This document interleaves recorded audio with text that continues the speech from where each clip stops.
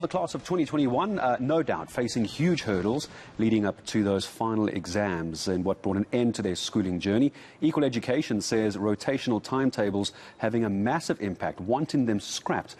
The organisation's researcher, Elizabeth Biney, joining us to talk about this. Elizabeth, morning to you. You're not the only organisation calling for the end of rotational learning or rotational timetables, if you will. But just give me a sense from your understanding, just how devastating was rotational learning?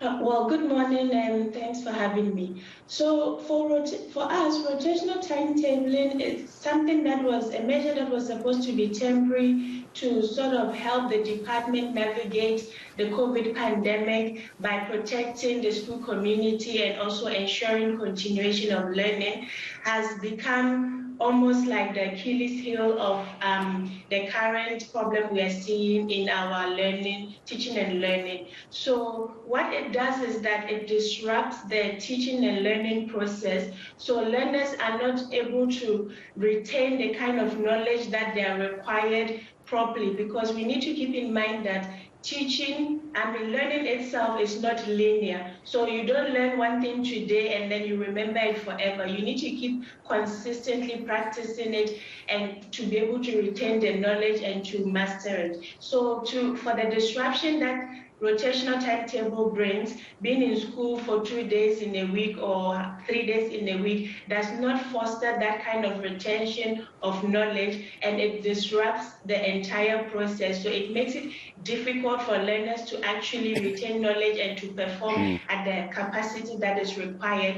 And this is highly problematic for learners who are already vulnerable and struggling to begin with, right? So if you are a struggling student and now you have to only go to school for 2 or 3 days within a week, you're already falling behind, and the likelihood of you catching up will be so grave that you might be tempted to just pull out of the system altogether. And we've seen how worrying those numbers are, Elizabeth, of the number of dropouts during 2020, and I think more worryingly 2021, the number of people or number of pupils dropping out of school. I suppose it would only be fair, though, to bring in the other side of the discussion on this, where there was an argument made that, yes, it was to try and prevent COVID-19 being spread, but it also did help as well with the overcrowding of classrooms. And I suppose by lifting the rotational timetabling, the rotational learning, whichever term you prefer to use, we're going to end up again with overcrowding in schools. And that's a problem for two reasons. One is there isn't enough classroom space,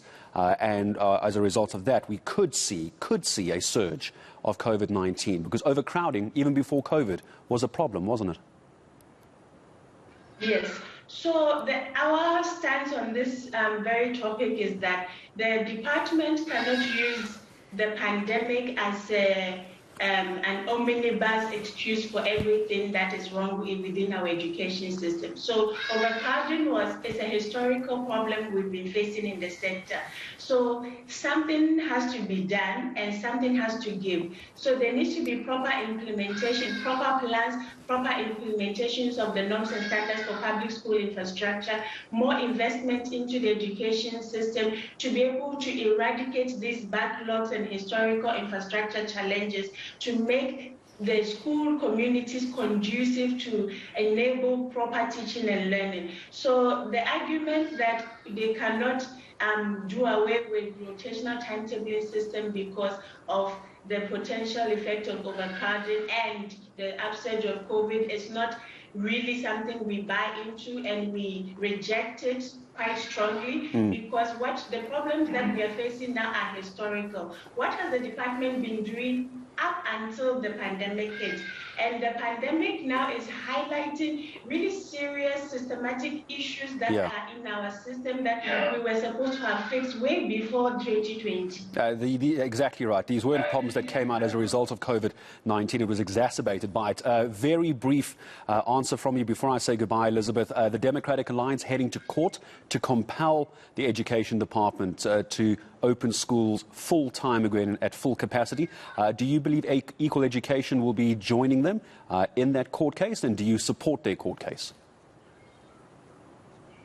For us, the opening of school full-time is very important, but obviously we are not calling for a blanket treatment. We want the Department of Basic Education to make use of their risk-adjusted strategy to be able to properly open schools safely. So we are not just saying that learners must come for the sake of coming to school to continue the teaching and learning process, but it has to be done in a safe manner. So they need to now start implementing that risk-adjusted strategy that they have been trying to sell to us for the past couple of